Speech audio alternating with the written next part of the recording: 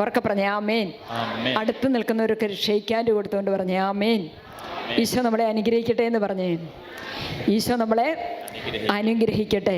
ഇരുന്നേ പ്രിയപ്പെട്ടവർ, ഇത് നമ്മുടെ 50 നോയമ്പിൻ്റെയൊക്കെ അവസാന ദിവസങ്ങളിലേക്ക് കടന്നു വരിക. അടുത്ത ആഴ്ച വലിയ ആഴ്ചയായി അല്ലേ? എല്ലാ ഇടവകളിലും ധ്യാനം നടക്കുകയാണ്. നമ്മുടെ മണ്ഡലം ഇടവകയിലും ധ്യാനം നടക്കുകയാണ്. മറ്റ് പല ഇടവകളിലും ധ്യാനം നടക്കുകയാണ്. അതുകൊണ്ട് കുറച്ച് ആളുകളൊക്കെ നമുക്കിന്നിവിടെ കുറവുണ്ട്. നമ്മൾ ഒരുങ്ങുകയാണ്. നമ്മുടെ ജീവിതത്തിലെ ഏറ്റവും വലിയ തിരുനാളാണ് ഏത്? ഉയർപ്പ് തിരുനാൾ. അപ്പോൾ ഈ ഉയർപ്പ് തിരുനാളിന് വേണ്ടി നമ്മൾ നോമ്പൊക്കെ എടുത്ത് ഉപവാസമൊക്കെ എടുത്ത് പ്രത്യേകിച്ച് സാൻജോ ഭവനിൽ 50 ദിവസത്തെ ആരാധനയൊക്കെ നടത്തി നമ്മുടെയും ലോകം മുഴുവൻ്റെയും പാപങ്ങൾക്കൊക്കെ പരിഹാരം ചെയ്ത് പ്രാർത്ഥിക്കുമായിരുന്നു. അത് അടുത്ത ബുധനാഴ്ചയാണ് നമ്മുടെ 50 ദിവസത്തെ ആരാധന നമ്മളിവിടെ പൂർത്തീകരിക്കുന്നത്. ഹല്ലേലൂയ. പിന്നെ വ്യാഴാഴ്ച മുതൽ നമുക്ക് പള്ളിയിലാണ്. വ്യാഴം പെസഹ വ്യാഴമാണ്, വെള്ളി ദുഃഖവെള്ളിയാണ്, ശനി ദുഃഖശനിയാണ്, ഞായർ ഉയർപ്പ് ഞായറാണ്. ആ 4 ദിവസവും നമ്മുടെ തിരുക്കർമ്മങ്ങളെല്ലാം നമുക്ക് പള്ളിയിലാണ്. ഇനി അടുത്ത ബുധനാഴ്ച വരെ കൊണ്ട് നമ്മുടെ 50 ദിവസത്തെ ആരാധന പൂർത്തിയാക്കുക, നമ്മൾ ദൈവത്തിന് സമർപ്പിക്കുകയാണ്. അപ്പം അടുത്ത ബുധനാഴ്ചത്തെ നമ്മുടെ ശുശ്രൂഷ അല്പം മനോഹരമാക്കേണ്ടതായിട്ടുണ്ട് ഇല്ലേ? 50 ദിവസം നമുക്ക് ഈശോയെ ആരാധിച്ച് വളരെ പ്രത്യേകമായിട്ട് സദാസമയവും നമ്മുടെ നിത്യാരാധന ചാപ്പലിൽ ആളുകളിരുന്ന് പ്രാർത്ഥിച്ചു എന്ന് പറയുമ്പോൾ ആ പ്രാർത്ഥന മുഖാലും ഇവിടെ വരുന്ന ജനത്തിന് വേണ്ടിയിട്ടുള്ള പ്രാർത്ഥനയാണ്. അതുവഴി നമ്മൾ ഒരുപാട് അനുഗ്രഹിക്കപ്പെട്ടിട്ടുണ്ട്. ആമേൻ, ഹല്ലേലൂയ. ഇത് 3-ാം വർഷത്തെ നിത്യാരാധന നടന്നുകൊണ്ടിരിക്കുക. 2 വർഷം പൂർത്തിയായി. ഇപ്പം 3-ാം വർഷത്തിലേക്ക് പ്രവേശിച്ച് 3-ാം വർഷത്തെ ആരാധന പൊയ്ക്കൊണ്ടിരിക്കുകയാണ്. ഇനി ഈ 50 ദിവസത്തെ ആരാധനയുടെ പൂർത്തീകരണം കഴിയുമ്പോൾ കർത്താവ് നമുക്കൊരു സന്ദേശം നൽകിയിട്ടുണ്ട്. ദൈവ കരുണയുടെ തിരുനാളിന് വേണ്ടി പ്രത്യേകം നമ്മളോട് ഒരുങ്ങാൻ പറഞ്ഞിട്ടുണ്ട്. അതിനെക്കുറിച്ച് ഞാൻ പിന്നെ നിങ്ങളോട് പറയാം. ഹല്ലേലൂയ. ദൈവ കരുണയുടെ തിരുനാളിന് വേണ്ടിയിട്ട് നമുക്ക് ഒരുങ്ങണം. ഉയർപ്പ് തിരുനാളിന് വേണ്ടി 50 ദിവസത്തെ ആരാധന നടത്തിയാണ് നമ്മൾ ഒരുങ്ങിയെങ്കിൽ ഇനി ദൈവകരുണയുടെ തിരുനാളിന് വേണ്ടി എന്താണ് ചെയ്യേണ്ടതെന്നുള്ള നമുക്ക് വളരെ കൃത്യതയോടുകൂടിയുള്ള മെസ്സേജുകൾ ഇനിയും കിട്ടാനുണ്ട്. നമുക്ക് പ്രാർത്ഥിക്കാം. ഹല്ലേലൂയ. സ്വരം ഉയർത്തി ആമേൻ ഹല്ലേലൂയ, ആമേൻ ഹല്ലേലൂയ, ആമേൻ ഹല്ലേലൂയ, ആമേൻ ഹല്ലേലൂയ. അപ്പോൾ പ്രിയപ്പെട്ടവരെ, ഇന്ന് നമ്മൾ ചിന്തിക്കാനെടുക്കുന്ന വചനം പുറപ്പാടിൻ്റെ പുസ്തകം. ശ്രദ്ധിച്ചിരിക്കണേ. പുറപ്പാടിൻ്റെ പുസ്തകം 14-ാം അധ്യായം 13 മുതൽ 16 വരെയുള്ള വചനം നമുക്കൊന്ന് വായിക്കാം. പുറപ്പാട് 14, 13, 16. നിങ്ങൾക്കവിടെ TV കാണാവോ? അങ്ങനെ കാണാവുന്നവരങ്ങനെ നോക്കി വായിക്കുക. അല്ലാത്തവർ കയ്യിൽ മൊബൈലൊക്കെ ഉണ്ടെങ്കിൽ അതെടുക്കാം. മോശ ജനത്തോട് പറഞ്ഞു, നിങ്ങൾ ഭയപ്പെടാതെ ഉറച്ചു നിൽക്കുവിൻ. ഹല്ലേലൂയ എന്ന് പറഞ്ഞ്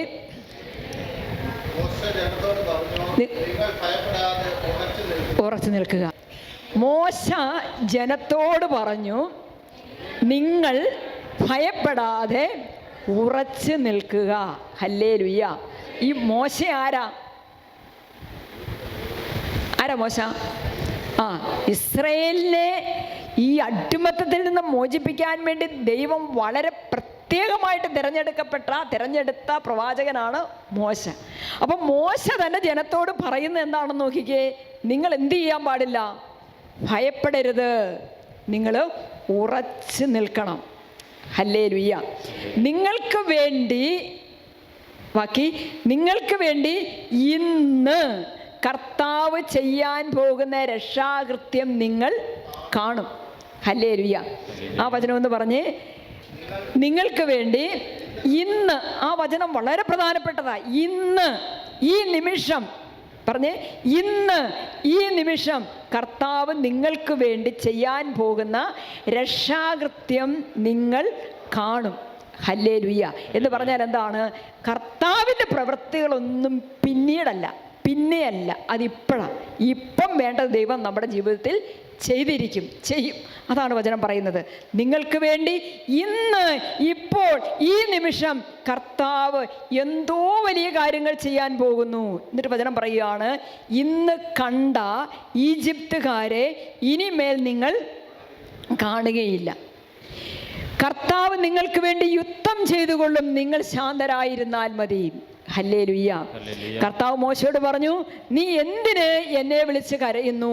മുന്നോട്ട് പോകാൻ ഇസ്രായേൽക്കാരോട് പറയുക. നമ്മൾ മുന്നോട്ട് പോയേ പറ്റൂ, വഴിയിൽ നിൽക്കാൻ പറ്റില്ല.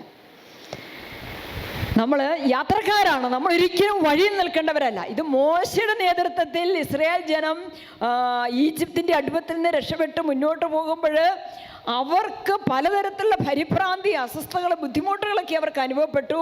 പുറകെ ആര് വരുന്നുണ്ട്? ഈജിപ്തിൻ്റെ വലിയൊരു സൈന്യം വരുന്നുണ്ട്. എന്തിനാണ്? ഇവരെ തിരിച്ചു പിടിച്ചുകൊണ്ട് പോകാനും ആക്രമിക്കാനും ഒക്കെ. മുന്നോട്ട് നോക്കുമ്പോഴത്തേക്കും ഇവർക്ക് ഒരു രക്ഷയില്ല. മുന്നിൽ എന്താണ് ഇവർ കാണുന്നത്? ഇവർ കാണുന്ന വലിയ ചെങ്കടലാണ്. അപ്പോൾ ഈ ചെങ്കടലിൻ്റെയും നടുവിൽ, ഈ ചെങ്കടലിൻ്റെയും ഈജിപ്തുകാരുടെയും നടുവിൽ നിന്ന് വിഷമിക്കുമ്പോൾ അവരുടെ എല്ലാ ആകുലതകളും പരിഭ്രാന്തികളും കണ്ടുകൊണ്ടാണ് മോശയിലൂടെ ദൈവമായ കർത്താവ് പറയുകയാണ്, നിങ്ങൾ ഭയപ്പെടേണ്ട, ഉറച്ചു നിൽക്ക്. ഒന്നിനെയും നിങ്ങൾ കണ്ടു ഭയപ്പെടേണ്ട, നിങ്ങൾ പേടിക്കേണ്ട, നിങ്ങൾ ഉറച്ചു നിൽക്ക്. കർത്താവ് നിങ്ങൾക്ക് വേണ്ടി എന്തോ ചെയ്യാൻ പോകുന്നു. കർത്താവിന് എന്തോ ചില പ്ലാനുകളുണ്ട്, പദ്ധതികളുണ്ട്. അത് നിങ്ങളെ നശിപ്പിക്കാൻ പോകുന്ന ഒരു പ്ലാൻ അല്ല, നിങ്ങളെ രക്ഷിക്കാൻ പോകുന്ന ഒരു പ്ലാനാണ്. അതുകൊണ്ട് നിങ്ങൾ ഭയപ്പെടുന്ന ഒരു സത്യമുണ്ടല്ലോ, ഒരു യാഥാർത്ഥ്യമുണ്ടല്ലോ, പുറകെ വരുന്ന ഈജിപ്തുകാരെ നിങ്ങൾ ഇനി കാണിയേല. അവർക്ക് നിങ്ങളെ ഒന്നും ചെയ്യാൻ പറ്റിയല്ല, അവർ നിങ്ങളുടെ ഒപ്പം എത്തില്ല, അവർ നശിക്കും, പക്ഷെ നിങ്ങൾ നശിക്കുകയല്ല. ഹല്ലേലൂയ. അവർക്ക് പറഞ്ഞ ആമേൻ ഹല്ലേലൂയ. അവർക്ക് പറഞ്ഞ ആമേൻ ഹല്ലേലൂയ. അതുകൊണ്ട് മോശ വളരെ ധൈര്യത്തോടെ പറയുകയാണ്, നീ എന്തിനാ ഇങ്ങനെ, നിങ്ങൾ എന്തിനാ എന്നെ വിളിച്ച് കരയുന്നത്? മുന്നോട്ട് പൊക്കോ. പ്രിയപ്പെട്ടവരെ, നമുക്കിന്ന് മുന്നോട്ട് പോകാനായിട്ട് വളരെ ബുദ്ധിമുട്ട് അനുഭവപ്പെടുന്നൊരു കാലഘട്ടത്തിലൂടെയാണ് നമ്മളെ ഉള്ളത്. അപ്പോഴൊക്കെ നമ്മളെ നയിച്ച, ഈജിപ്തിൻ്റെ അടിമത്തിൽ നമ്മളെ നയിച്ച ദൈവത്തെ നമ്മളൊന്ന് ഓർക്കണം. ദൈവത്തെ നമ്മളൊന്ന് ഓർക്കുക എന്ന് പറയുമ്പോൾ, ദൈവം എങ്ങനെയാണ് ഇസ്രായേലിൻ്റെ ചരിത്രത്തിൽ ദൈവം എങ്ങനെയാണ് ഇടപെട്ടിരിക്കുന്നത്? ആ ദൈവം തന്നെയല്ല ഇന്ന് നമ്മൾ വിശ്വസിക്കുന്ന ദൈവം. ആണോ? ഇന്ന് നമ്മൾ വിളിച്ചപേക്ഷിക്കുന്ന ദൈവം ഈ ദൈവം അല്ലേ? വേറെ ഏതെങ്കിലും ഒരു ദൈവമാണോ? അല്ല. അതുകൊണ്ട് സങ്കീർത്തനം 68:34 നമ്മൾ വായിക്കുകയാണ്, ദൈവത്തിൻ്റെ ശക്തി ഏറ്റു പറയണം. Amen hallelujah. എന്താ ഏറ്റു പറയേണ്ടത്? ദൈവത്തിൻ്റെ ശക്തി ഏറ്റു പറയണം. എവിടെ കണ്ട ശക്തിയാണ്? ഇസ്രായേൽ ജനം ചെങ്കടലിൻ്റെ മുൻപിൽ നിന്നപ്പോൾ കണ്ട ഒരു ദൈവത്തിൻ്റെ ഒരു ശക്തിയുണ്ട്. ഫറവോയുടെ അടിമത്തിൽ നിന്ന് രക്ഷപ്പെടുത്താൻ വേണ്ടി ദൈവം പ്രകടമാക്കിയ ഒരു അത്ഭുതകരമായ ഒരു ശക്തിയുണ്ട്. ആ ശക്തിയെ ഏറ്റുപറയാനാണ് വചനം പറയുന്നത്. ദൈവത്തിൻ്റെ ശക്തി ഏറ്റുപറയുവിൻ, അവിടുത്തെ മഹിമ ഇസ്രായേലിൻ്റെ മേലുണ്ട്. Hallelujah, hallelujah. അവിടുത്തെ ശക്തി ആകാശങ്ങളിലുണ്ട്. Amen hallelujah. നമ്മൾ എവിടെയാണോ അവിടെയെല്ലാം, നമ്മൾ പോകുന്നിടത്തെല്ലാം ദൈവത്തിൻ്റെ ശക്തിയുണ്ട്. അതാണ് സങ്കീർത്തകൻ പറയുന്നത്. ഈ ദൈവത്തിൻ്റെ ശക്തിയെ തിരിച്ചറിഞ്ഞ്, ദൈവത്തിൻ്റെ ഇടപെടലുകളെ തിരിച്ചറിഞ്ഞ് നമ്മൾ ദൈവത്തെ മഹത്വപ്പെടുത്തിക്കൊണ്ടിരിക്കണം. അത്ഭുതകരമായി ദൈവത്തിൻ്റെ ശക്തി പ്രകടമാകുന്നത് കണ്ടുകൊണ്ട് നമ്മൾ ദൈവത്തെ മഹത്വപ്പെടുത്തിക്കൊണ്ടിരിക്കണം. അതാണ് വചനം പറയുന്നത്. ദൈവമേ, ഇതുകൊണ്ടോ സങ്കീർത്തനം 68:28 നമ്മൾ വായിക്കുകയാണ്. 68:28 നമ്മൾ വായിക്കുന്നു, ദൈവമേ അങ്ങയുടെ ശക്തി പ്രകടമാക്കണമേ, പ്രകടിപ്പിക്കണമേ. ഞങ്ങൾക്ക് വേണ്ടി അത്ഭുതങ്ങൾ ചെയ്ത ദൈവമേ, അങ്ങയുടെ ശക്തി പ്രകടിപ്പിക്കണമേ. ആമേൻ ഹല്ലേലൂയ, ആമേൻ ഹല്ലേലൂയ, ആമേൻ ഹല്ലേലൂയ. ഒന്ന് ചിന്തിച്ചു നോക്കിക്കുക പ്രിയപ്പെട്ടവരെ, അന്ന് ഇസ്രായേലിന്റെ ജീവിതത്തിൽ ദൈവത്തിന്റെ ശക്തി പ്രകടമായില്ലായിരുന്നെങ്കിൽ, ദൈവത്തിന്റെ ശക്തി പ്രകടിപ്പിച്ചില്ലായിരുന്നെങ്കിൽ, ദൈവം സർവശക്തനാണെന്ന് ദൈവം അവർക്ക് ബോധ്യപ്പെടുത്തി കൊടുത്തില്ലായിരുന്നെങ്കിൽ അവരുടെ സ്ഥിതി എന്താകുമായിരുന്നു? അല്ലേ? ശരിയാണോ? ശരിയാണ്. ഇതുപോലെ നമ്മളും ദൈവത്തോട് പ്രാർത്ഥിക്കണം. വലത്തുകരം ഉയർത്തി ഒന്ന് ഉറക്കി ഒന്ന് പറഞ്ഞേ, ദൈവമേ അങ്ങയുടെ ശക്തി പ്രകടിപ്പിക്കണമേ. ഞങ്ങൾക്ക് വേണ്ടി അത്ഭുതങ്ങൾ ചെയ്ത ദൈവമേ അങ്ങയുടെ ശക്തി പ്രകടിപ്പിക്കണമേ. ഹല്ലേലൂയ, ഹല്ലേലൂയ, ആമേൻ ഹല്ലേലൂയ, ആമേൻ ഹല്ലേലൂയ, ആമേൻ ഹല്ലേലൂയ. പ്രിയപ്പെട്ടവരെ, കഴിഞ്ഞ ദിവസം ഒരു സഹോദരൻ, അദ്ദേഹം നിങ്ങളോട് സാക്ഷ്യം പറയണമെന്ന് എന്നോട് പറയുകയുണ്ടായി. 6 മാസമായിട്ട് ആ മകൻ്റെ ജീവിതത്തിൽ ജോലിക്ക് വേണ്ടിയിട്ട് പ്രാർത്ഥിക്കുന്നതാണ്, നല്ലൊരു ജോലിക്ക് വേണ്ടിയിട്ട്. അങ്ങനെ പ്രാർത്ഥനയുടെ ഫലമായിട്ട് ജോലിയൊക്കെ കിട്ടി, ജോലിയിലൊക്കെ കയറി സന്തോഷമായി. അദ്ദേഹം വിളിച്ച് പറഞ്ഞു, ജോലിയായി, ജോലിയിൽ പ്രവേശിക്കാൻ പറ്റി, ജോലിക്ക് പോകുന്നുണ്ട്. 3 ദിവസം ജോലിക്ക് പോയി കഴിഞ്ഞപ്പോൾ അദ്ദേഹത്തിൻ്റെ കമ്പനിയിൽ നിന്ന് അദ്ദേഹത്തിൻ്റെ മാനേജർ പറഞ്ഞു, ഒരു കാരണവശാലും നിങ്ങളിനി ജോലി തുടരാൻ പാടില്ല, നിങ്ങൾ പുറത്തു പോകണം. നിങ്ങൾക്കിപ്പോഴുള്ള ഈ വിസ വെച്ച് നിങ്ങൾക്ക് ജോലി ചെയ്യാൻ പറ്റത്തില്ല. നിങ്ങൾ ഈ ജോലിക്ക് വേണ്ടിയിട്ട് വരരുത്, ജോലിയിൽ നിന്ന് നിങ്ങൾ പുറത്താകണം, അത് ഇന്ത്യക്ക് പോകണം, തിരിച്ച് ഇന്ത്യക്ക് പോകണം എന്ന് പറഞ്ഞു അദ്ദേഹം. അപ്പം വലിയ പ്രതീക്ഷയോടെ 6 മാസം പ്രാർത്ഥിച്ചിട്ട് ജോലി കിട്ടിയതിൻ്റെ സന്തോഷം അനുഭവിച്ച് ജോലിക്ക് പ്രവേശിച്ച് കഴിഞ്ഞപ്പോൾ 3 ദിവസത്തിനുള്ളിൽ അദ്ദേഹത്തിന് ഒരു മെസ്സേജ് കിട്ടുകയാണ്, ഈ ജോലി തുടരാൻ പറ്റത്തില്ല, ജോലി നഷ്ടപ്പെട്ടിരിക്കുന്നു, ഇനി ഈ ജോലി തുടരാൻ സാധിക്കില്ല, തിരിച്ച് ഇന്ത്യക്ക് പോകേണ്ടിയിരിക്കുന്നു. അപ്പോൾ മനസ്സ് പതറി തകർന്ന് കർത്താവ് ആ വ്യക്തി എന്നെ വിളിച്ചപ്പോൾ ഞാൻ ഓർത്തേം, ഇതെന്താണ് ഈ കേൾക്കുന്നത്? ഇവിടെ ദൈവത്തിൻ്റെ അത്ഭുതകരമായൊരു ശക്തി പ്രകടമാകേണ്ടതായിട്ടുണ്ടല്ലോ, ദൈവം സർവശക്തനാണെന്നുള്ള ഒരു വെളിപ്പെടുത്തൽ ആവശ്യമായിട്ടുണ്ടല്ലോ, ഇനി എന്താ പറയേണ്ടത്? അങ്ങനെ ഓർത്ത് ഞങ്ങൾ പ്രാർത്ഥിക്കുക. പ്രിയപ്പെട്ടവരെ, ഈ സഹോദരന് വേണ്ടിയിട്ട് പ്രാർത്ഥിക്കുമ്പം കർത്താവ് 2-3 മെസ്സേജുകൾ തന്നു. ഒന്നാമത്തെ മെസ്സേജ്, 2 ദിവസം വെയിറ്റ് ചെയ്യാനാണ്. നീ ഇന്ത്യക്കൊന്നും പോകണ്ട, 2 ദിവസം. ഈ കൃത്യം 2 ദിവസമായപ്പോൾ ഇദ്ദേഹത്തിൻ്റെ കമ്പനിയിൽ നിന്ന് പുറത്തു പൊക്കോളണം എന്ന് പറഞ്ഞ മാനേജർ തന്നെ ഇദ്ദേഹത്തെ വിളിക്കുകയാണ്. ചെറിയൊരു സാധ്യത കാണുന്നുണ്ട്, നോക്കട്ടെ എന്ന് പറഞ്ഞ്. അപ്പോൾ പരിശുദ്ധാത്മാവ് വേറൊരു മെസ്സേജ് ഇദ്ദേഹത്തെ കൊടുക്കുവാണ്, 8 ദിവസത്തേക്ക് ദൈവത്തിൻ്റെ കരുണയ്ക്ക് വേണ്ടി പ്രാർത്ഥിച്ച് കാത്തിരുന്നോളാൻ പറഞ്ഞു. ആ കൃത്യം 8-ാം ദിവസം അദ്ദേഹത്തിൻ്റെ മാനേജർ അദ്ദേഹത്തെ വീണ്ടും വിളിച്ചിട്ട് പറയുകയാണ്, സഹോദര, ഇദ്ദേഹത്തിന് ജോലിയിൽ പ്രവേശിക്കാം, ഒരു സ്പെഷ്യൽ വിസ ഞങ്ങൾ ഇയാൾക്ക് വേണ്ടിയിട്ട് തരപ്പെടുത്തിക്കൊണ്ടിരിക്കുകയാണ്, സങ്കടപ്പെടേണ്ട, ജോലിയിൽ പ്രവേശിക്കാൻ പറ്റും. വീണ്ടും അദ്ദേഹം പറയുകയാണ്, ഇനി ഇൻ കേസ് എന്തെങ്കിലും ഒന്ന് സംഭവിച്ചാൽ തന്നെ ഞങ്ങളുടെ കമ്പനിയിലേക്ക് തന്നെ നിങ്ങൾക്ക് കാനഡയിൽ പോയി ജോലി ചെയ്യാവുന്ന രീതിയിൽ ഞങ്ങളത് ക്രമപ്പെടുത്തി കഴിഞ്ഞിരിക്കുന്നു. ആമേൻ, ഹല്ലേലൂയ. കൂടെ കർത്താവ് ഒരു മെസ്സേജ് തന്നു, പെരുവെള്ളത്തിൽ പാത ഒരുക്കുന്നവനാണ് ദൈവമെന്ന്. എല്ലാ മെസ്സേജും എഴുതി വെച്ച് ദൈവം എങ്ങനെയാണ് ഈ മെസ്സേജുകളൊക്കെ പൂർത്തീകരിക്കുന്നതെന്ന് ചിന്തിച്ചുകൊണ്ടിരിക്കുമ്പോഴേതാ ഈ പറഞ്ഞ മെസ്സേജുകളൊന്നും അല്പം പോലും തെറ്റാതെ അദ്ദേഹത്തിനെ ആ കമ്പനിയിലേക്ക് തന്നെ ആട്ടിപ്പുറത്താക്കി ആ മാനേജർ തന്നെ അദ്ദേഹത്തെ വിളിച്ചിട്ട് ജോലി കൊടുക്കുന്നു. വലത്തേറും ഉയർത്തി പറഞ്ഞേ ആമേൻ, ഹല്ലേലൂയ. സ്വരം ഉയർത്തി പറഞ്ഞേ ആമേൻ, ഹല്ലേലൂയ. ഉണ്ട് പ്രിയപ്പെട്ടവരെ, നമ്മൾ വിളിച്ചപേക്ഷിക്കുന്ന ദൈവം സർവശക്തനാണ്. നമ്മൾ വിചാരിക്കാത്ത വഴികളിലൂടെ ദൈവത്തിന് നമ്മുടെ ജീവിതത്തിൽ ഇടപെടാൻ പറ്റും, ദൈവം പ്രവർത്തിക്കും എന്നുള്ളത് നമ്മൾ വിശ്വസിച്ചേ പറ്റൂ. കേട്ടോ, സങ്കീർത്തനം 77:10-12 നമ്മളിങ്ങനെ വായിക്കുക, അത്യുന്നതൻ്റെ ശക്തി പ്രകടമാകാത്തതാണ് എൻ്റെ ദുഃഖത്തിൻ്റെ കാരണം. ചിലപ്പോൾ നമ്മുടെ വിശ്വാസം അല്പം കൂടി ഒന്ന് ആഴപ്പെടുത്താൻ വേണ്ടി ദൈവം ചില അനുഭവങ്ങളിലൂടെ, കണ്ടോ, ജോലിക്ക് പ്രവേശിച്ചു, 3 ദിവസം കൊണ്ട് ആ ജോലിയിൽ നിന്ന് ഗെറ്റ് ഔട്ട് ആകുന്നു, വലിയൊരു സങ്കടത്തിലൂടെ കടന്നു പോകുന്നു. ആ സമയത്ത് അദ്ദേഹം നിരാശപ്പെടാതെ വീണ്ടും ഈ സാഹചര്യത്തിൽ, ഈ സംഭവത്തിൽ, ഈ വേദനയിൽ ഞാൻ എന്താണ് ചെയ്യേണ്ടതെന്ന് ദൈവത്തോട് തന്നെ ചോദിച്ചപ്പോൾ ദൈവത്തിൻ്റെ ശക്തി ദൈവം അവിടെ പ്രകടമാക്കുകയാണ്. നിരാശപ്പെട്ട് വേറെ എന്തെങ്കിലും അദ്ദേഹം ചെയ്തിരുന്നെങ്കിൽ, ദൈവത്തിൽ നിന്ന് അകന്നു പോയിരുന്നെങ്കിൽ, പ്രാർത്ഥിക്കാതിരുന്നിരുന്നെങ്കിൽ, അദ്ദേഹത്തിന് വേണ്ടി പ്രാർത്ഥിക്കുന്നവരെ വിവരം അറിയിക്കാതിരുന്നിരുന്നെങ്കിൽ ഒരുപക്ഷെ ഈ സംഭവം ഇങ്ങനെ പര്യവസാനിക്കുമായിരുന്നില്ല. അതുകൊണ്ട് പ്രിയപ്പെട്ടവരെ, വചനം ഓർക്കാം, അത്യുന്നതൻ്റെ ശക്തി പ്രകടമാകാത്തതാണ് നിൻ്റെയും എൻ്റെയും ദുഃഖത്തിൻ്റെ കാരണമെങ്കിൽ അത്യുന്നതൻ്റെ ശക്തി പ്രകടമാക്കുക തന്നെ ചെയ്യും. അതിനിടയ്ക്കുള്ള ഒരു ക്യാപ്പ് എന്ന് പറയുന്ന, ഒരു സമയം എന്ന് പറയുന്നത്, ഒരു സ്പേസ് എന്ന് പറയുന്നത്, എൻ്റെ വിശ്വാസത്തെ ഒന്ന് ദൈവം പരീക്ഷിക്കുന്ന, എൻ്റെ വിശ്വാസത്തെ ദൈവം ഒന്ന് ആഴപ്പെടുത്തുന്ന ഒരു നിമിഷം മാത്രമാണെന്നോർത്ത് ദൈവത്തിൻ്റെ ശക്തി പ്രകടമാകാൻ വേണ്ടി നമ്മൾ പ്രാർത്ഥിക്കണം. വചനം പറയുന്നു, ഞാൻ കർത്താവിൻ്റെ പ്രവൃത്തികൾ ഓർക്കും, പണ്ട് അങ്ങ് ചെയ്ത അത്ഭുതങ്ങൾ ഞാൻ അനുസ്മരിക്കും. ഹല്ലേലൂയ, ആമേൻ, ഹല്ലേലൂയ, ആമേൻ, ഹല്ലേലൂയ. ഈ സഹോദരൻ എന്നോട് പറയുകയാണ്, സിസ്റ്റർ, ഞാൻ അമേരിക്ക വന്നിട്ട് എനിക്കൊരു വീട് വാങ്ങാനായിട്ട് നിവൃത്തിയില്ലാതെ ഞാൻ വിഷമിക്കുന്ന സമയത്ത് ഞാൻ സിസ്റ്ററിൻ്റെ അടുത്ത് ചോദിച്ചു, ഒരു വീട്, ഇഷ്ടപ്പെട്ട ഒരു വീട് കണ്ടു, പക്ഷെ അത് വാങ്ങണോ, കർത്താവ് അത് ആഗ്രഹിക്കുന്നുണ്ടോ എന്നറിയാൻ വേണ്ടി പ്രാർത്ഥിച്ചപ്പോൾ സിസ്റ്റർ ഒരു സന്ദേശം തന്നു. ജെറമ്യാ പ്രവാചകന്റെ പുസ്തകം 32-ാമത്തെ അധ്യായത്തിൽ ഒരു വചനം തന്നു, ഇത് നിനക്കുള്ളതാണ്, നീ ഇത് വാങ്ങണം, ഇതിൻ്റെ ആധാരം എഴുതിയെടുത്ത് നീ സ്വന്തമാക്കണം. ആ ഒരു സന്ദേശം കിട്ടിയിട്ടാണ് ഞാൻ അവിടെ വീട് വാങ്ങിയത്. അതോർത്ത് ഞാൻ ദൈവത്തെ മഹത്വപ്പെടുത്തുകയാണ്. ഇതുപോലെ എൻ്റെ ജീവിതത്തിൽ ദൈവം ഇടപെടുന്ന ദൈവം ഇനിയും ഇടപെടുമെന്ന് ഞാൻ വിശ്വസിക്കുകയാണെന്ന് പറഞ്ഞ് ഈ പയ്യൻ ദൈവത്തെ സ്തുതിച്ച് മഹത്വപ്പെടുത്തുകയാണ്. ഹല്ലേലൂയ. അതുകൊണ്ടാണ് വചനം പറയുന്നത്, ഞാൻ കർത്താവിൻ്റെ പ്രവൃത്തികൾ ഓർമ്മിക്കും. എന്ന് പറഞ്ഞാൽ എന്താണ്? ജീവിതം ആരംഭിച്ച അന്ന് മുതൽ എൻ്റെ പ്രിയപ്പെട്ടവരെ എത്രയോ തവണ, എണ്ണിയാൽ തീരാത്ത തവണ ദൈവം തൻ്റെ അത്ഭുതകരമായ പ്രവൃത്തികൾ നമ്മുടെ ജീവിതത്തിൽ പ്രകടിപ്പിച്ചിട്ടില്ലേ?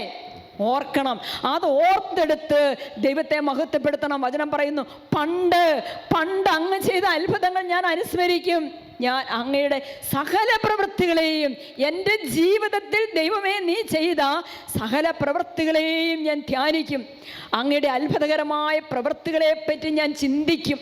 Hallelujah, hallelujah. അപ്പം നമ്മുടെ കുടുംബത്തിലും നമ്മുടെ വ്യക്തി ജീവിതത്തിലും അതുകൊണ്ട് നിൽക്കരുത്.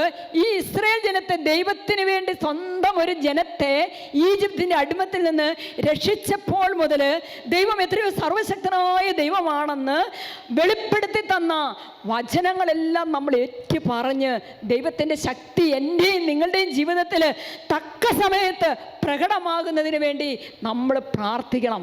ആമേൻ, ഹല്ലേലൂയ. സ്വരം ഉയർത്തി പറഞ്ഞേ ആമേൻ, ഹല്ലേലൂയ, ആമേൻ, ഹല്ലേലൂയ. നമുക്കൊരു വചനം ഒരുമിച്ച് നേറ്റ് പറഞ്ഞ് പ്രാർത്ഥിക്കാം. വലത്തുകരം ഉയർത്തിക്കേ. അത്യുന്നതനായ ദൈവത്തെ ഞാൻ വിളിച്ചപേക്ഷിക്കും, എനിക്ക് വേണ്ടി എല്ലാം ചെയ്തു തരുന്ന ദൈവത്തെ തന്നെ. ആമേൻ, ഹല്ലേലൂയ, ഹല്ലേലൂയ. ഞാൻ അത്യുന്നതനായ ദൈവത്തെ വിളിച്ചപേക്ഷിക്കും. പറഞ്ഞേ, ഞാൻ അത്യുന്നതനായ ദൈവത്തെ വിളിച്ചപേക്ഷിക്കും, എനിക്ക് വേണ്ടി എല്ലാം ചെയ്തു തരുന്ന ദൈവത്തെ തന്നെ. അവിടുന്ന് സ്വർഗത്തിൽ നിന്ന് സഹായം അയച്ച് എന്നെ രക്ഷിക്കും. എങ്ങനെയാണ് രക്ഷിക്കുന്നത്? സ്വർഗത്തിൽ നിന്ന്. മനുഷ്യന്റെ സഹായമല്ല, ഈ ലോകത്തിലുള്ള ആരുടെയും സഹായമല്ല, സ്വർഗത്തിന്റെ സഹായം. സ്വർഗത്തിൽ നിന്ന് സഹായം അയച്ച് അവിടുന്ന് എന്നെ രക്ഷിക്കും. എന്നെ ചവിട്ടി മെതിക്കുന്നവരെ അവിടുന്ന് ലജ്ജിപ്പിക്കും. ഏതെങ്കിലും തരത്തിൽ എന്നെ ലജ്ജിപ്പിക്കുന്നവരെ, അപമാനിക്കുന്നവരെ, നിന്ദിക്കുന്നവരെ, തരം താഴ്ത്തുന്നവരെ ദൈവം ലജ്ജിപ്പിക്കുമെന്നാണ് പറയുന്നത്. ദൈവം തൻ്റെ കാരുണ്യവും വിശ്വസ്തതയും അയക്കും. ആമേൻ പറഞ്ഞേ, ദൈവം തൻ്റെ കാരുണ്യവും വിശ്വസ്തതയും അയക്കും. ആമേൻ, ഹല്ലേലൂയ. 2 ദിനവൃത്താന്തം 20:15 നമ്മൾ വായിക്കുകയാണ്. കർത്താവ് നിങ്ങളോട് അരുൾ ചെയ്യുന്നു, നിങ്ങൾ ഭയപ്പെടേണ്ട, നിങ്ങളല്ല, ദൈവമാണ് നിങ്ങൾക്ക് വേണ്ടി പൊരുതുന്നത്. ആമേൻ, ഹല്ലേലൂയ. നമ്മളല്ല നമുക്ക് വേണ്ടി പൊരുതുന്നത്, നമ്മളല്ല നമുക്ക് വേണ്ടി പ്രാർത്ഥിക്കുന്നത്, നമ്മളല്ല നമുക്ക് വേണ്ടി ദൈവത്തോടെ കരുണയ്ക്ക് വേണ്ടി യാചിക്കുന്നത്. യേശു ക്രിസ്തു എനിക്ക് വേണ്ടി കുരിശിൽ പിടഞ്ഞ് മരിച്ച് പിതാവിൻ്റെ മുൻപിൽ എനിക്ക് വേണ്ടി മധ്യസ്ഥനായിട്ട് നിൽക്കുന്ന ക്രിസ്തുവിൻ്റെ പ്രാർത്ഥനയാണ്, യേശു ക്രിസ്തുവിൻ്റെ പ്രാർത്ഥനയാണ് പിതാവിൻ്റെ സന്നിധിയിൽ എന്നെ ഈ കാരുണ്യത്തിന് അർഹനാക്കി മാറ്റുന്നത്. Hallelujah, hallelujah. പറഞ്ഞേ ആമേൻ, ഹല്ലേലൂയ. വചനം പറയുകയാണ്, സങ്കീർത്തനം 18:35 നമ്മൾ ഇങ്ങനെ കാണുന്നുണ്ട്, അങ്ങ് എനിക്ക് രക്ഷയുടെ പരിച നൽകി. ആമേൻ, അങ്ങ് എനിക്ക് എന്ത് നൽകി? രക്ഷയുടെ പരിച നൽകി. അവിടുത്തെ വലത്ത് കൈ, ദൈവത്തിൻ്റെ വലത്ത് കൈ എന്നെ എന്ത് ചെയ്തു? താങ്ങി നിർത്തി. ജീവിതത്തിൻ്റെ എല്ലാ പ്രതിസന്ധികളിലും എന്നെ താങ്ങി നിർത്തിയത് എന്താണ്? ദൈവത്തിൻ്റെ വലത്തുകരമാണ്. അടുത്ത വചനം നിങ്ങൾ ശ്രദ്ധിക്കണം, അവിടുത്തെ വാത്സല്യം എന്നെ വലിയവനാക്കി. ഇന്ന് പ്രിയപ്പെട്ടവരെ, ഞാനോ നിങ്ങളും നമ്മളൊക്കെ എവിടെയെങ്കിലും എത്തിയിട്ടുണ്ടെങ്കിൽ, നമ്മുടെ ക്രൈസ്തവ ജനത എവിടെയെങ്കിലും എത്തിയിട്ടുണ്ടെങ്കിൽ, നമ്മുടെ കുടുംബം എവിടെയെങ്കിലും എത്തിയിട്ടുണ്ടെങ്കിൽ, ഞാനും നിങ്ങൾ എവിടെയെങ്കിലും എത്തിയിട്ടുണ്ടെങ്കിൽ, ഒരൊറ്റ കാരണമാണ്, എന്നോടും നിങ്ങളോടും ദൈവത്തിനുള്ള ആ പ്രത്യേക വാത്സല്യം. ഒന്ന് പറഞ്ഞേ, അവിടുത്തെ വാത്സല്യം എന്നെ വലിയവനാക്കി. എൻ്റെ വിദ്യാഭ്യാസ യോഗ്യതയല്ല, എൻ്റെ സ്വഭാവത്തിൻ്റെ മഹിമയല്ല, എൻ്റെ ജീവിതത്തിൻ്റെ ഒന്നുമല്ല, എൻ്റെ ദൈവം, എൻ്റെ അവിടുത്തെ വാത്സല്യം, ദൈവത്തിൻ്റെ വാത്സല്യം, ദൈവത്തിൻ്റെ വാത്സല്യം എന്നെ എന്താക്കി തീർത്തു? വലിയവനാക്കി എന്നാ പറയുന്നത്. അപ്പോൾ വലിയവനാക്കുന്നത്, നമ്മളെ ഉയർത്തുന്നത്. അതുകൊണ്ട് തന്നെ സങ്കീർത്തകൻ പറയുന്നുണ്ട്, ഒരുവനെ ഉയർത്തുന്നതും അവരെന്നെ താഴ്ത്തുന്നതും ദൈവമാണ്. പറഞ്ഞേ, ഒരുവനെ ഉയർത്തുന്നതും അവരെന്നെ താഴ്ത്തുന്നതും ദൈവമാണ്. Hallelujah, hallelujah. അതുകൊണ്ട് തന്നെ ഒരുവൻ ഉയരുന്നത് കണ്ട് നമ്മൾ അസൂയപ്പെടേണ്ട, അവരൻ താഴുന്നത് കണ്ട് നമ്മൾ സങ്കടപ്പെടേണ്ട. ഇതെല്ലാം ദൈവത്തിൻ്റെ ഒരു നിശ്ചയമാണ്, ദൈവത്തിൻ്റെ ഒരു പദ്ധതിയാണ്. ഇതെല്ലാം ദൈവത്തിൻ്റെ ഭാഗത്ത് നിന്ന് കാണുമ്പോൾ ഉയരുന്നവനെ നോക്കി നമുക്ക് ദൈവത്തെ മഹത്വപ്പെടുത്താൻ പറ്റും, താഴുന്നവനെ ഓർത്ത് നമുക്ക് ദൈവത്തോട് അവർക്ക് വേണ്ടി കരുണയ്ക്കായിട്ട് യാചിക്കാൻ പറ്റും. ആമേൻ, ഹല്ലേലൂയ. 2 കരങ്ങൾ ഉയർത്തി ഉറക്കി ഒന്ന് സ്തുതിച്ച് പ്രാർത്ഥിച്ചേ. ഹല്ലേലൂയ, ഹല്ലേലൂയ, ഹല്ലേലൂയ, ഹല്ലേലൂയ. ഈശോയേ ഹല്ലേലൂയ ഹല്ലേലൂയ ഹല്ലേലൂയ ഹല്ലേലൂയ ഹല്ലേലൂയ. വചനം പറയുന്ന പ്രിയപ്പെട്ടവരെ, സുഭാഷിതം 3-ാം അധ്യായത്തിൽ ഇങ്ങനെ പറയുന്നു. 3-ാം അധ്യായം 5-ഉം 6-ഉം തിരുവചന ഇപ്രകാരമാണ്: കർത്താവിൽ പൂർണ്ണ ഹൃദയത്തോടെ വിശ്വാസം അർപ്പിക്കുക. നമുക്ക് മനസ്സിലായില്ലേ? ദൈവം എങ്ങനെ ഒരുവനെ താഴ്ത്തും, ദൈവം എങ്ങനെ ഒരുവനെ ഉയർത്തും, ദൈവത്തിൻ്റെ ശക്തി എങ്ങനെ ദൈവം ഒരു വ്യക്തിയിൽ പ്രകടമാക്കും, നമ്മുടെ പ്രാർത്ഥനയ്ക്ക് ദൈവം എങ്ങനെ ഉത്തരം വരളും, വഴിയില്ലാത്തടത്ത് വഴിവെട്ടി ദൈവം എങ്ങനെ നമ്മളെ മുന്നോട്ട് നയിക്കും എന്ന് നമുക്ക് മനസ്സിലാകുകയാണ് ജീവിത അനുഭവങ്ങൾ. അതുകൊണ്ട് വചനം പറയുന്നു, നീ ഒറ്റ കാര്യമേ ചെയ്യാനുള്ളൂ. എന്താണ്?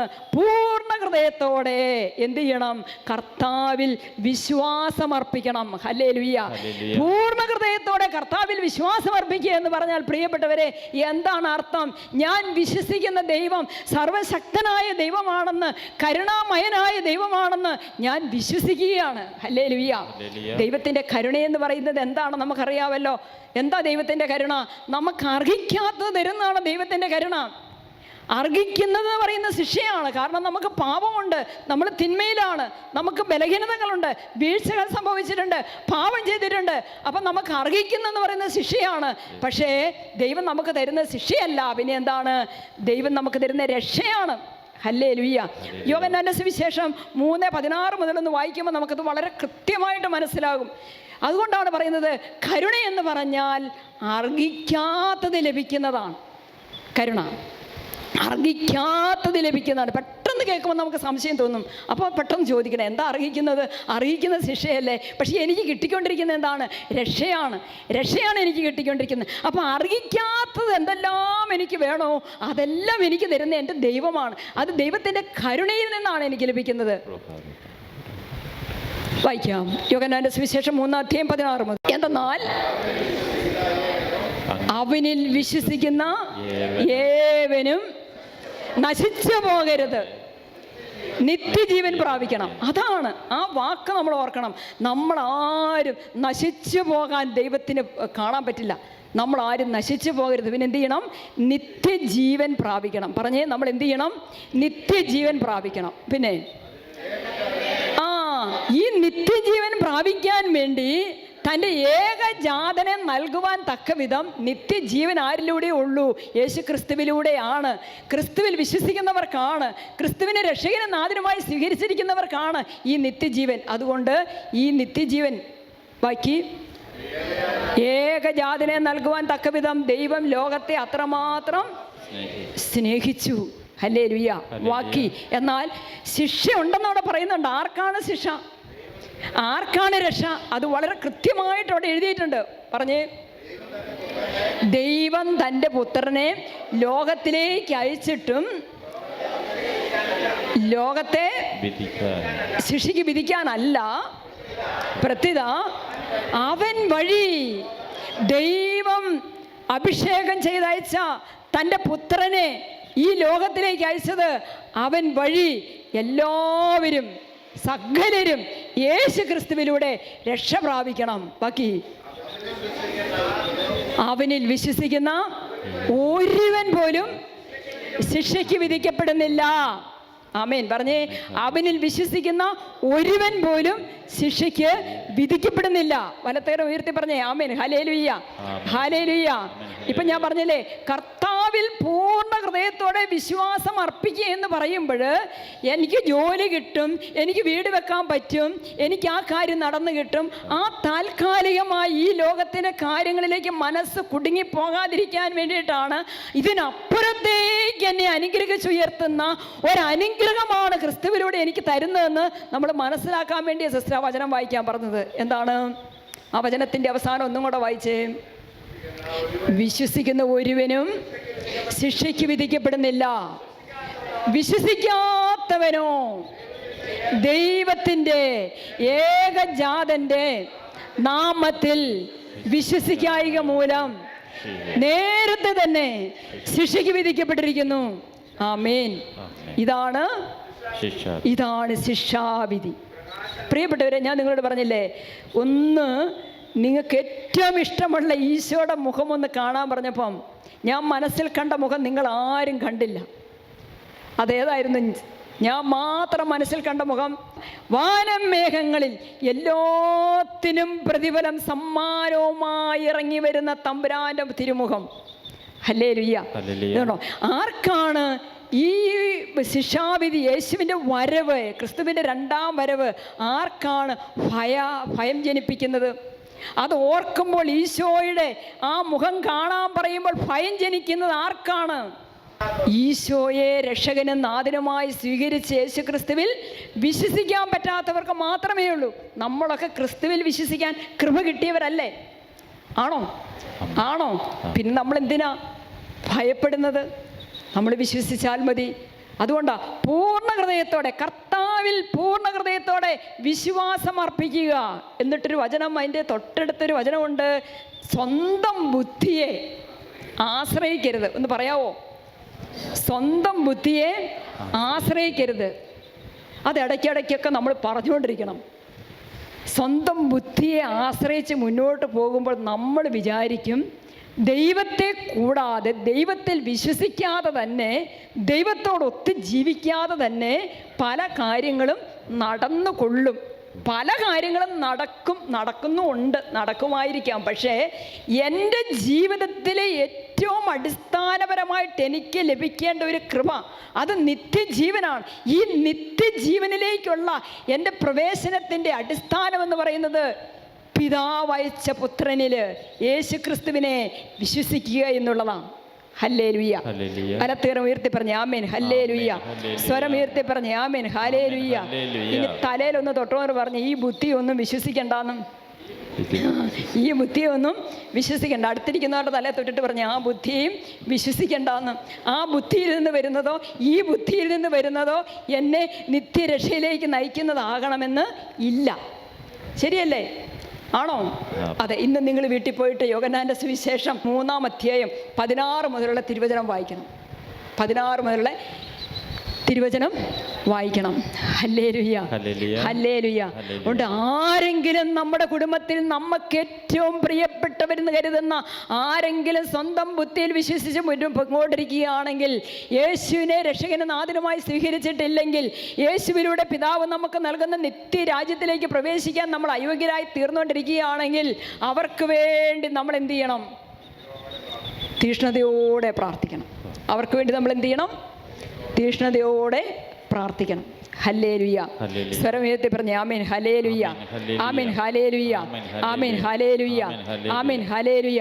പ്രിയപ്പെട്ടവരെ, ഇന്ന് നിങ്ങൾ എവിടെയെങ്കിലും ഒരുമിച്ച് യാത്ര പോകുന്ന സമയത്തെ, വീട്ടിൽ നിന്ന് എല്ലാവരും കൂടെ യാത്ര പോകാമെന്ന് കൂട്ടുക. എല്ലാവരും കൂടെ, പപ്പായുണ്ട്, മമ്മിയുണ്ട്, എല്ലാവരും ഉണ്ട്. എല്ലാവരും ഓടി കൃത്യസമയത്ത് റെയിൽവേ സ്റ്റേഷനിൽ ചെന്നു. പക്ഷെ നമ്മളങ്ങ് ചെന്ന് ഓരോരുത്തർ കയറാൻ തുടങ്ങിയപ്പോഴത്തേക്ക് ട്രെയിൻ പതിയെ വിടുന്ന സമയം നമ്മുടെ വീട്ടിൽ ഒരാൾ മാത്രം ആ ട്രെയിനെ കയറാൻ പറ്റിയില്ല. ബാക്കി എല്ലാവരും കയറി. എന്നതായിരിക്കും നമ്മുടെ മനസ്സിൻ്റെ സങ്കടം? ഒന്ന് ചിന്തിച്ച് നോക്കിയേ. സങ്കടം ഉണ്ടാവുമോ?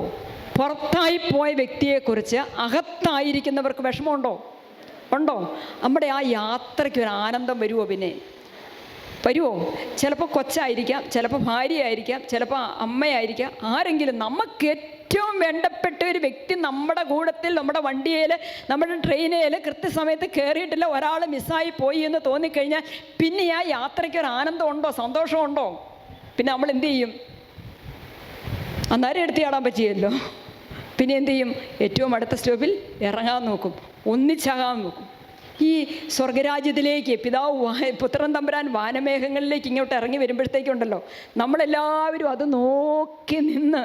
അവനെ നോക്കി നിന്ന് നിൽക്കുമ്പോഴേ, ആ സ്വർഗരാജ്യത്തിലേക്കുള്ള പ്രവേശനത്തിൻ്റെ സമയമൊക്കെ ആകുമ്പോഴേ, ചെമ്മരിയാടുകളെയും കോലാടുകളെയൊക്കെ വേർതിരിക്കുന്ന സമയത്തെ വിവേകമതികളായ കന്യകളും വിവേകശൂന്യകളായ കന്യകളുമൊക്കെ ഇങ്ങനെ കാണുമ്പോഴേ, നമുക്ക് ഏറ്റവും, നമ്മൾ ഈ ഭൂമിയിലായിരുന്നപ്പോൾ ഏറ്റവും കൂടുതൽ സ്നേഹിച്ച എൻ്റെ ഭാര്യയാണോന്ന് അറിയത്തില്ല, ഭാര്യ അല്ലെങ്കിൽ ഭർത്താവിനെ അല്ലെങ്കിൽ മക്കളെ കൂടത്തിൽ കൊണ്ടുപോകാൻ പറ്റാതെ വന്നാലത്തെ അവസ്ഥ എന്ത്? സ്വർഗത്തിലും സമാധാനമില്ലാത്തൊരവസ്ഥ എത്തും അല്ലേ?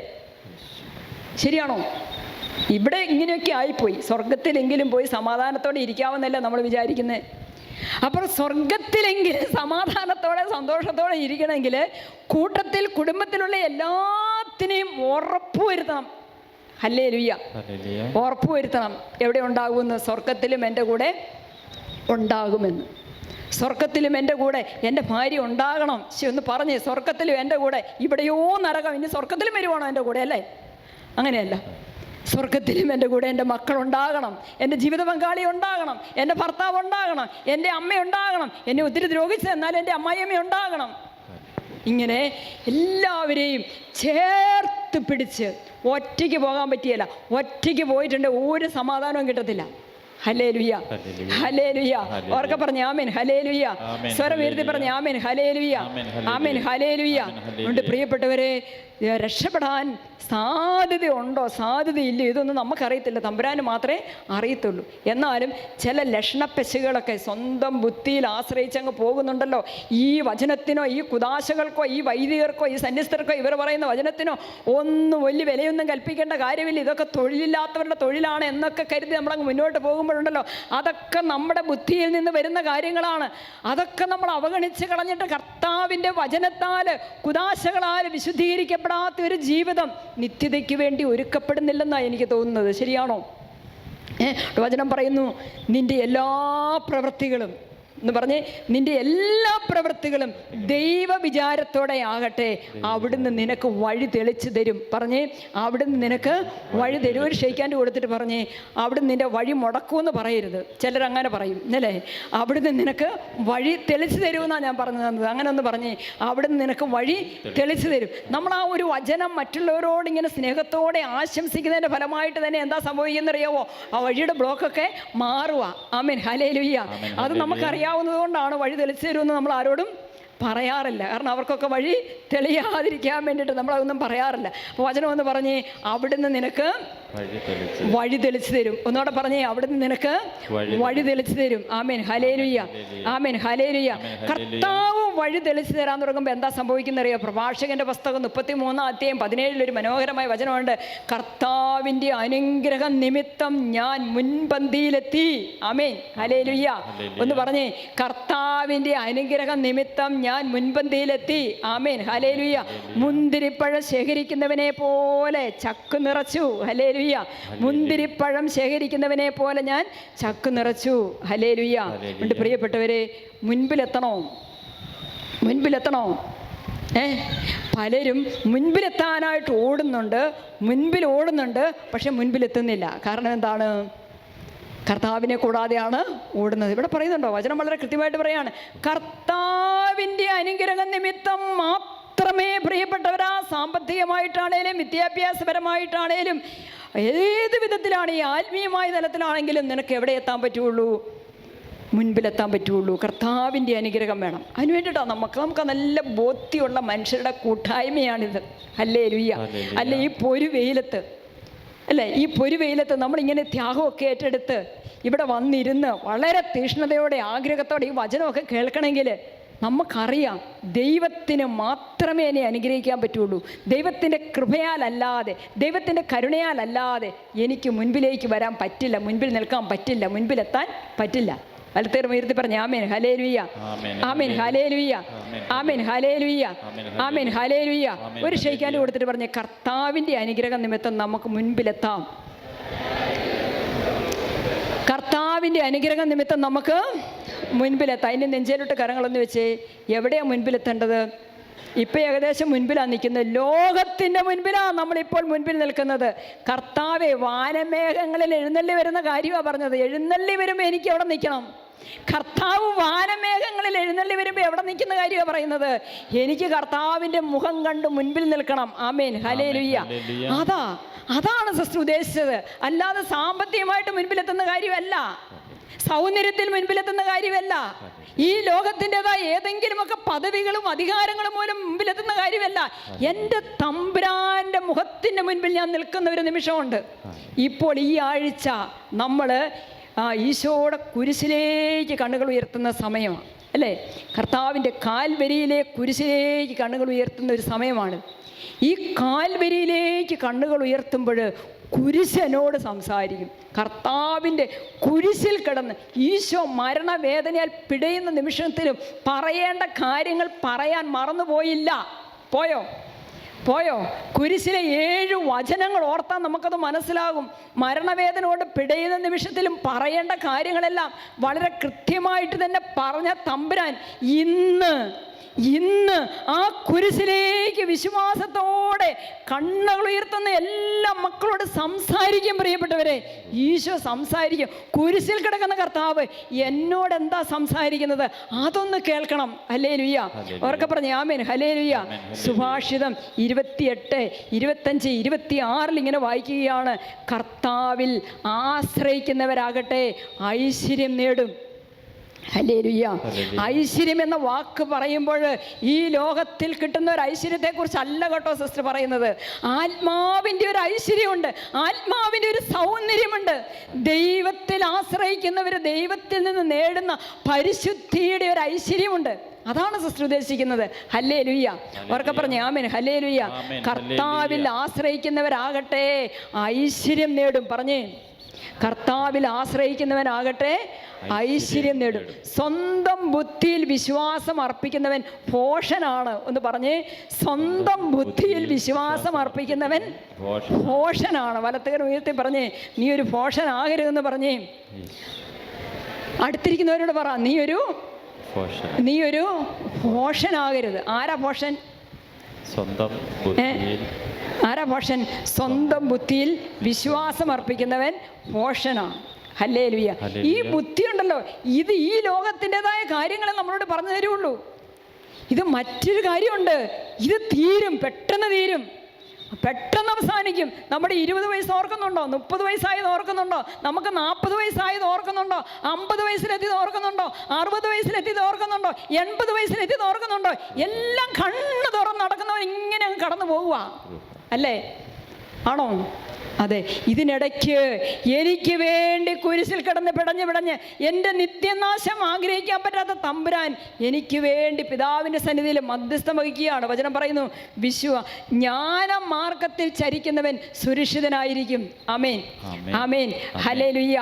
ഈ വാനമേഘങ്ങളിൽ കർത്താവ് ഇറങ്ങി വരുമ്പോൾ ആരായിരിക്കും സുരക്ഷിതരായിരിക്കുന്നത്? പരിഭ്രാന്തിയില്ലാതെ കർത്താവിൻ്റെ മുഖത്തേക്ക് നോക്കാൻ പറ്റുന്ന ആരായിരിക്കുമെന്ന വചനം പറയുന്നത്. ജ്ഞാനത്തിൻ്റെ മാർഗത്തിൽ, ലോകത്തിൻ്റെ ജ്ഞാനമല്ല, ദൈവത്തിൻ്റെ ജ്ഞാനം, പരിശുദ്ധാത്മാവ് തരുന്ന ജ്ഞാനത്തിൻ്റെ മാർഗത്തിലൂടെ സഞ്ചരിക്കുന്നവൻ നിത്യതയിലെത്തുവോളം സുരക്ഷിതനായിരിക്കും. അവന് പിശാചിന് തോണ്ടിക്കൊണ്ട് പോകാൻ പറ്റത്തില്ല. ആമേൻ. ഹല്ലേലൂയ. ആമേൻ. ഹല്ലേലൂയ. സ്വരം ഉയർത്തി പറഞ്ഞേ, ആമേൻ. ഹല്ലേലൂയ.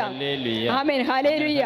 സങ്കീർത്തനം 2:12 ഇപ്രകാരം പറയുക, പ്രിയപ്പെട്ടവരെ, കർത്താവിൽ ശരണം വയ്ക്കുന്നവൻ ഭോഷനാണോ? അല്ല. കർത്താവിൽ ശരണം വയ്ക്കുന്നവൻ, സ്വന്തം ബുദ്ധി കൊണ്ട് ജീവിക്കുന്നവൻ നമ്മളെ നോക്കി പറയും, ഭോഷൻ എന്ന് പറയുന്ന ഒരു മനുഷ്യനുണ്ടെങ്കിൽ അത് നിങ്ങളാ, അല്ലേ? അത് നിങ്ങളാന്ന് പറയും. കാരണം അവർക്ക് ദൈവമില്ല, ദൈവത്തിൻ്റെ ജ്ഞാനത്തിൻ്റെ മാർക്കം അവർക്ക് അറിഞ്ഞുകൂടാ, അവർക്ക് നിത്യതയെക്കുറിച്ചുള്ള ചിന്തയില്ല. വാനമേഘങ്ങളിൽ പ്രത്യക്ഷനാകുന്ന കർത്താവിനെ അല്ല അവർ ആരാധിക്കുന്നത്, മറിച്ച് അത്ഭുതങ്ങളും അടയാളങ്ങളും ഒക്കെ മതി, അതിൻ്റെ കൃപകൾ മതി. അതിവിടം കൊണ്ട് തീർന്നു പോകും. ജഡത്തിൽ സംഭവിക്കുന്ന അത്ഭുതങ്ങൾ, തലവേദന മാറി, നടുവേദന മാറി, രോഗശാന്തികൾ, ഇങ്ങനെ തുടരെ അതൊക്കെ എൻ്റെ ജഡത്തിൽ സംഭവിച്ചതാ. പക്ഷെ എൻ്റെ ആത്മാവിൽ ചില അത്ഭുതങ്ങൾ നടക്കണം.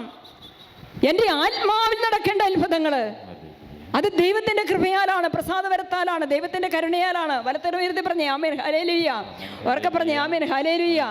അതുകൊണ്ടാണ് പ്രിയപ്പെട്ടവരെ, കർത്താവിൽ ശരണം വയ്ക്കുന്നവൻ ഭാഗ്യവാൻ. ഞാനിങ്ങനെ എൻ്റെ മനസ്സിലിങ്ങനെ ഓർക്കുമായിരുന്നേ, കർത്താവ് വാനമേഘങ്ങളിൽ വരുമ്പോഴിങ്ങനെ നമ്മൾ നോക്കി നിൽക്കുന്ന സമയത്ത് എന്തായിരിക്കും നമ്മൾ പ്രാർത്ഥിക്കുന്നത്?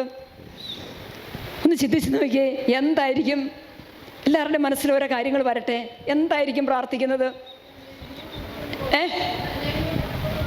എന്നാ അമ്മച്ചി? എന്നെ കൂട്ടിക്കൊണ്ട് പോണേന്നായിരിക്കും അമ്മച്ചി പ്രാർത്ഥിക്കുന്നതെന്ന്. ഇവിടെ വേറെ ആരെങ്കിലും? ഞാൻ പ്രാർത്ഥിക്കുന്നത് എന്തായിരിക്കുന്നത്? എന്നെ കൂട്ടിക്കൊണ്ട് പോകാനുള്ള ഒരു യോഗ്യത എനിക്കില്ലെന്നറിയാത്തതുകൊണ്ട് ഞാൻ പ്രാർത്ഥിക്കും, പൊന്നു തമ്പുരാനെ എന്നോട് കരുണ തോന്നണേ. ഹല്ലേലൂയ.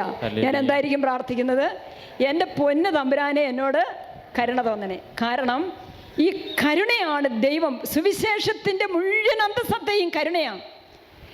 അപ്പം ഈ കരുണയെക്കുറിച്ച് ദൈവത്തെ അങ്ങ് ഓർമ്മപ്പെടുത്തി കഴിഞ്ഞാൽ, ദൈവമേ നീ കരുണാമയനാണല്ലോ, ഞാൻ പാപിയാണല്ലോ, നിന്റെ കരുണയിലൂടെ അല്ലാതെ ഈ പാപിക്ക് സ്വർഗത്തിലെത്താൻ പറ്റത്തില്ലല്ലോ തമ്പുരാനെ, കരുണ തോന്നണമേ എന്ന് പ്രാർത്ഥിച്ചാൽ ഞാൻ ആ നല്ല കള്ളൻ്റെ സ്ഥാനത്തേക്ക് മാറ്റപ്പെട്ടവളായി. ആമേൻ ഹല്ലേലൂയ, ആമേൻ ഹല്ലേലൂയ. അതുകൊണ്ട് വേറെ ഒന്നും പറയണ്ട കേട്ടോ, ഇത് പറഞ്ഞാൽ മതി. ആ സമയത്ത് നമുക്കൊന്നും ആലോചിക്കാൻ സമയം കിട്ടിയാലെന്നേ, പെട്ടെന്നാണ് ഇതെല്ലാം പെട്ടെന്ന് ആലോചിക്കാനും എന്നെ പ്രാർത്ഥിക്കേണ്ടത് സ്നേഹാസിനോട് ചോദിക്കാൻ പറ്റിയല്ല, നമ്മുടെ അച്ഛനോട് ചോദിക്കാൻ പറ്റിയല്ല. ഇതെല്ലാം പെട്ടെന്ന് നടക്കുന്ന കാര്യങ്ങളാണ്. അപ്പം നേരത്തെ അങ്ങ് പറയുകയാണ് എന്താ പ്രാർത്ഥിക്കേണ്ടത്? ദൈവമേ എന്നോട് കരുണ തോന്നണം. ഈ ദൈവത്തിൻ്റെ കരുണയെന്ന് പറയുന്ന പ്രിയപ്പെട്ടവരെ, അതിങ്ങനെ നിത്യവും ഉണ്ടെന്ന് നമ്മൾ വിചാരിക്കും. ദൈവത്തിൻ്റെ കരുണ നിത്യമല്ല, ദൈവത്തിൻ്റെ സ്നേഹമാണ് നിത്യമായിട്ടുള്ളത്. ദൈവത്തിൻ്റെ കരുണയെന്ന് പറയുന്നത് അത് അനിശ്ചിതമായ സമയത്തേക്കേ ഉള്ളൂ, വളരെ കുറച്ച് സമയത്തേക്കേ ഉള്ളൂ. ദൈവത്തിൻ്റെ കൃപയാൽ ഞാനും നിങ്ങളിപ്പോൾ ആ കരുണയുടെ സമയത്താണുള്ളത്. ഹല്ലേലൂയ. ഇത് പിൻവലിക്കപ്പെടും. ഈ കരുണ എൻ്റെ ആത്മാവിൻ്റെ മേലുള്ള ദൈവത്തിൻ്റെ കരുണ പിൻവലിക്കപ്പെടുന്നൊരു സമയമുണ്ട്. അത് മരണത്തിൻ്റെ നിമിഷം വരെയോ. ഈ മരണം എപ്പോഴാണെന്ന് അറിയത്തില്ലല്ലോ. ഹല്ലേലൂയ.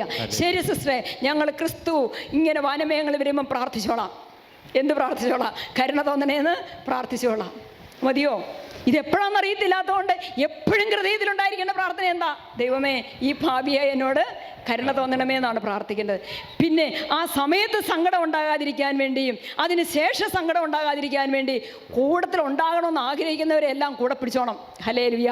അവർക്ക് പറഞ്ഞ ആമേൻ ഹല്ലേലൂയ, ആമേൻ ഹല്ലേലൂയ, ആമേൻ ഹല്ലേലൂയ. വചനം പറയുകയാണ്, സങ്കീർത്തനം 18:30 പറയുന്നു, ദൈവത്തിൽ ശരണപ്പെടുന്നവർക്ക് മാത്രമേ ദൈവത്തിൽ നിന്ന് കൃപകളും ശക്തിയും നമുക്ക് അനുഭവിക്കാനായിട്ട് സാധിക്കുകയുള്ളൂ. ദൈവത്തിൻ്റെ മാർഗം അവികലമാണ്, കർത്താവിൻ്റെ വാഗ്ദാനം നിറവേറും, തന്നിൽ അഭയം തേടുന്നവർക്ക് അവിടുന്ന് പരിചയമാണ്. Amen hallelujah. ഒന്നും കൂടി ഈ വചനം ഞാൻ നിങ്ങൾക്ക് പറഞ്ഞു തരാം. സങ്കീർത്തനങ്ങൾ 18:30. നമുക്ക് ദിവികാരനെ എഴുന്നള്ളിച്ച് വെച്ച് ആരാധനയ്ക്ക് വേണ്ടി ഒരുങ്ങുകയാണ്. നമുക്കൊന്ന് ഏറ്റു പറയാം. ദൈവത്തിൻ്റെ മാർഗം അവികലമാണ്, കർത്താവിൻ്റെ വാഗ്ദാനം നിറവേറും, കർത്താവിൻ്റെ വാഗ്ദാനം നിറവേറും. എന്താണ് ആ നല്ല കള്ളനോട് ഈശോ ഒരു വാഗ്ദാനം പറഞ്ഞത്? എന്താണ്? കർത്താവിൻ്റെ വാഗ്ദാനം നിറവേറുമെന്ന് പറയുമ്പോൾ നമ്മുടെ മനസ്സിലേക്ക് വരുന്നത് എൻ്റെ കൊച്ചിന് ജോലി കിട്ടും, എൻ്റെ കൊച്ചിന് ജോലി കിട്ടും. അതല്ലെന്നേ, ഈ നല്ല കള്ളന് കൊടുത്ത വാഗ്ദാനം മനസ്സിലേക്ക് വരേണ്ടത്. നല്ല കള്ളന് കൊടുത്ത വാഗ്ദാനം എന്താ? നീ ഇന്ന് എന്നോട് കൂടെ പർദീസായിലായിരിക്കും. Amen hallelujah. ആ വാഗ്ദാനം മനസ്സിലേക്ക് വരേണ്ടത്. അത് നടക്കണം. ആമേൻ ഹല്ലേലൂയ, ആമേൻ ഹല്ലേലൂയ. ഈ കൊച്ചിന് ജോലി കിട്ടിയാൽ കർത്താവ് നമ്മളെല്ലാവരും കൂട്ടിക്കൊണ്ട് പോയി കഴിയുമ്പോൾ കൊച്ചിന് അവിടെ നിന്ന് ജോലി ചെയ്യാൻ പറ്റുമോ? ഇല്ലല്ലോ. അതുകൊണ്ട് നമുക്ക് ഒരുമിച്ച് ഈ നല്ല കള്ളനെ പോലെ സ്വർഗരാജ്യം സ്വന്തമാക്കുന്ന ഒരു അനുഭവത്തിലേക്ക് നമുക്ക് ഉയരണം.